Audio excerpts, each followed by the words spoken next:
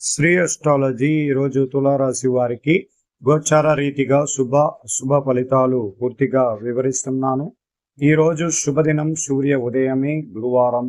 ఈ గురువారం చక్కటి గురువారంగా ఉంటుంది. అనేక విజయాలు మీకు సొంతం అవుతాయి.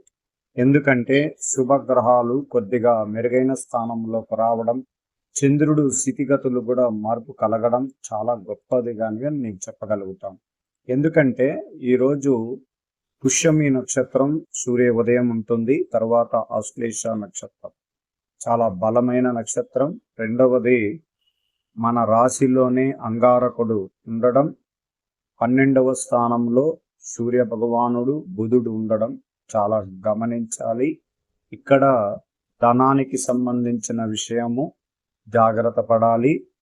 చేతుల్లో సంతకాలు పెట్టేటప్పుడు కానీ, డాక్యుమెంట్ వెరిఫికేషన్ అప్పుడు కానీ చాలా జాగ్రత్తగా ఉండాలి.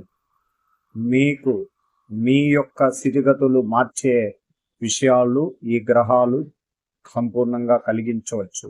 అందువల్ల మీ యొక్క స్థితిగతులని మార్చుకోకుండా మీరు జాగ్రత్త పడండి. తెల్లవారి ఈరోజు దక్షిణామూర్తి గుడికి వెళ్ళి దైవ దర్శనం చేసుకోవాలి. సూర్యుడు లాభాధిపతి, ఆ స్థానంలో కేతు ఉన్నారు. ₹1,00,000 రావాలి అంటే 35,000 వస్తుంది. 35,000 పెట్టుకొని ఎలా మెయింటైన్ చేయాలి? చాలా కష్టంగా ఉంటుంది. అలాగే సూర్యగ్రహం వ్యయంలో ఉండడం వల్ల ఆ 35,000లో ₹12,000 ఖర్చు కూడా అయిపోతుంది. ఇది ఇప్పుడున్న తులారాశి వారి గ్రహస్థితి. ఇట్లా వైద్య ఖర్చులు కని వెళ్ళిపోవడం, ఎప్పుడో చేసిన అప్పులు పునరావృతం అయితే దానికి డబ్బులు కట్టడం, అలాగే పిల్లల యొక్క ఎడ్యుకేషన్కి సంబంధించిన డబ్బులు కూడా సమకూర్చేలాగా గట్టిగా కష్టాల్లో ఎంత సంతోషం ఉన్నా సముద్రంలో మధ్యలో ఉన్న మరి ఉన్నది. దానికి కారణం గ్రహాల రీతిగా జరుగుతుంది యుద్ధం. అందువల్ల జాగ్రత్తగా ఉండండి. ఒక ఉద్యోగస్తులకి అధికారం అనేది కైవసం చేసుకోవచ్చు.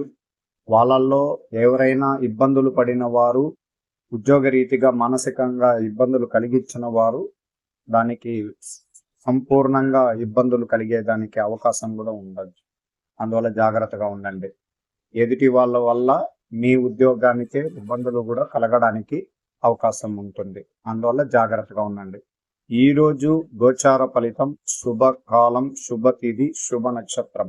చాలా బలంగా ఉంటారు. చాలా జాగ్రత్తగా అడుగులు వేస్తూ ముందుకెళ్ళచ్చు. ప్రశాంత వాతావరణానికి కావలసిన కుటుంబంలో ఉన్న వారిని ప్రతి ఒక్కరిని జాగ్రత్తగా మాట్లాడాలి, జాగ్రత్తగా మెలగాలి. వాళ్ళతో వాళ్ళ సహాయ సహకారాలు మీరు అందించాలి.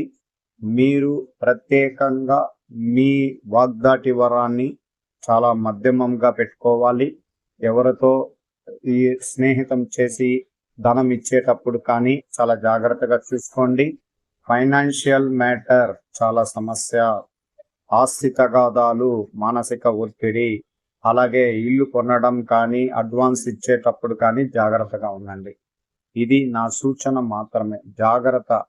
10 మందిలో 5 మంది కాదు, 3 దెబ్బకు ఇబ్బందులు పడ్డా వాళ్ళ కోసం మనం ఉండాలి, వాళ్ళ కాపాడాలి.